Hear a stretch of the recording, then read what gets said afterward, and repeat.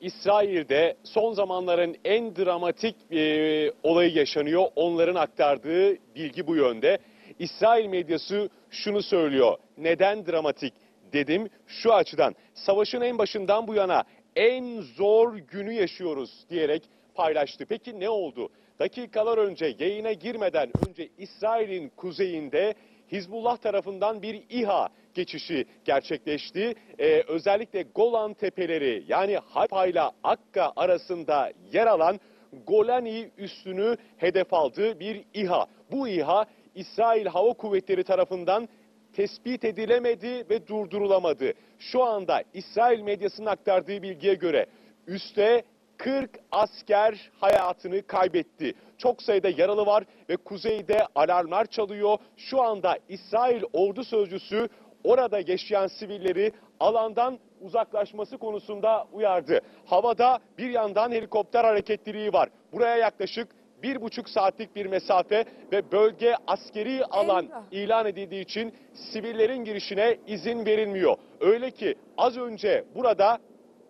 Emrah, şimdi çok önemli. Hem arka tarafına bakıyorsun, Evet, gökyüzünü de biliyorum. kontrol ediyorsun. Hizbullah tarafından gelen bu saldırı belki de günün değil, bence haftanın da en sıcak gelişmesi olarak karşımızda. Şimdi İsrail askerlerini hedef alındı ve İsrail medyasının İHA saldırısında 40 askerin öldü bilgisini geçmesi bundan sonra artık nasıl bir tepki, nasıl bir reaksiyon göstereceğini de sorduracak bize. Şunun altına bir çizelim mi? İsrail medyası 40 olarak mı aktardı ölü sayısını?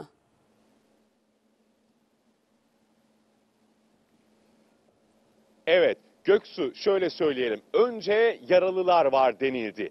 20 yaralı var denildi ve sonrasında Kanal 12 televizyonu bunu son dakika olarak yaralıları hayatını kaybetmiş olarak revize etti.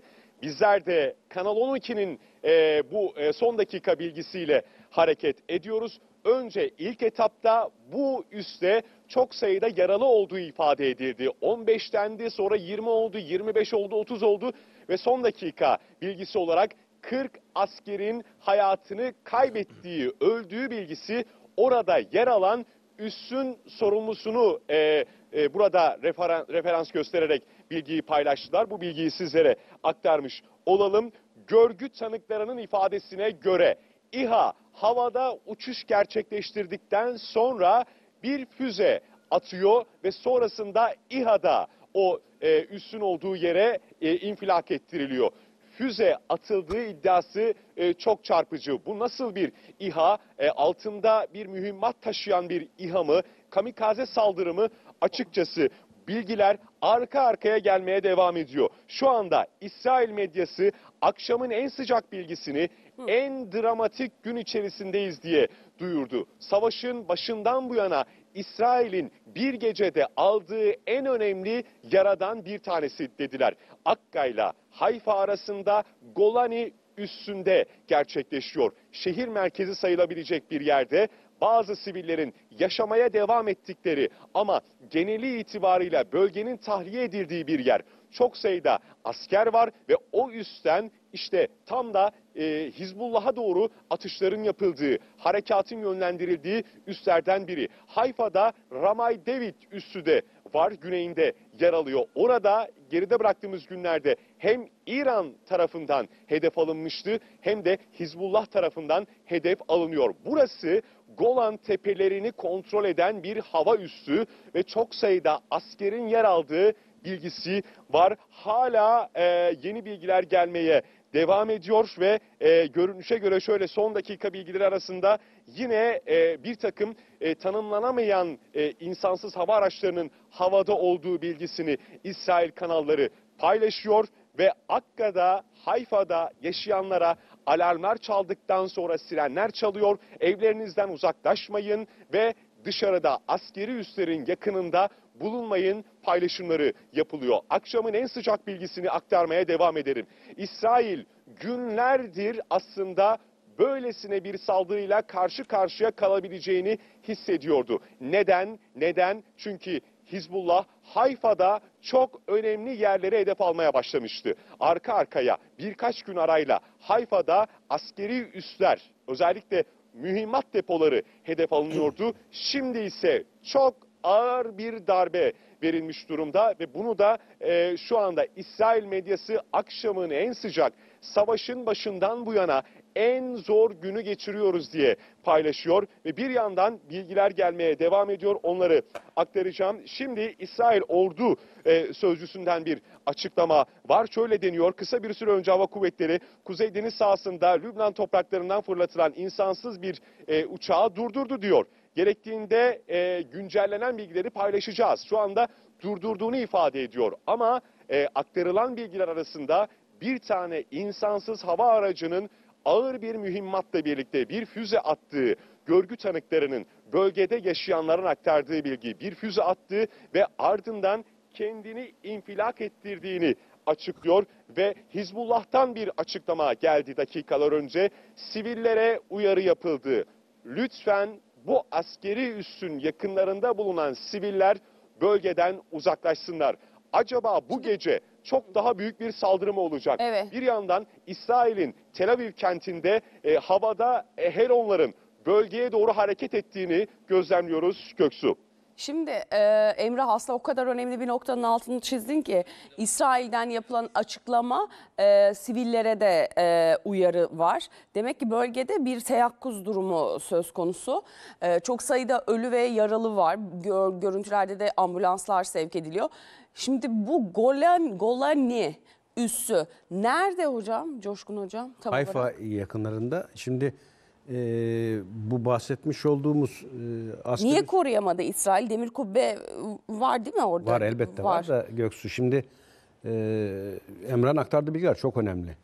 Dediğin gibi bir savaşta yani savaş da denmez de işgal ve katliamın ilki ve bana göre sonuncusu da olmayacak. Çünkü burada alçak uçuş demir kubbenin tek hassas tarafıydı. Yani bu dronlarla veya işte İHA'larla yapacağın alçak bir uçuşta tespit veya işte etkisiz hale getirme ihtimali çok daha düşüyordu. Öyle bir taktik denediler diye düşünüyorum.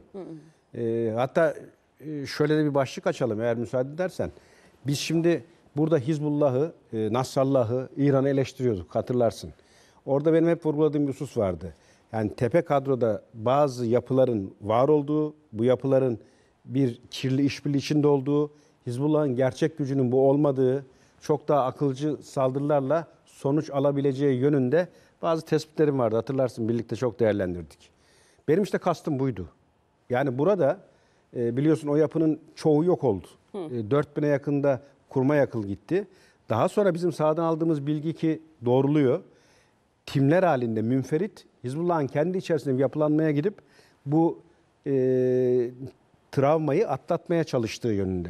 Bence daha Hizbullah gerçek gücünü şu an gösteriyor. Mesela geçtiğimiz günlerde... Şunu demek istiyorsunuz o zaman.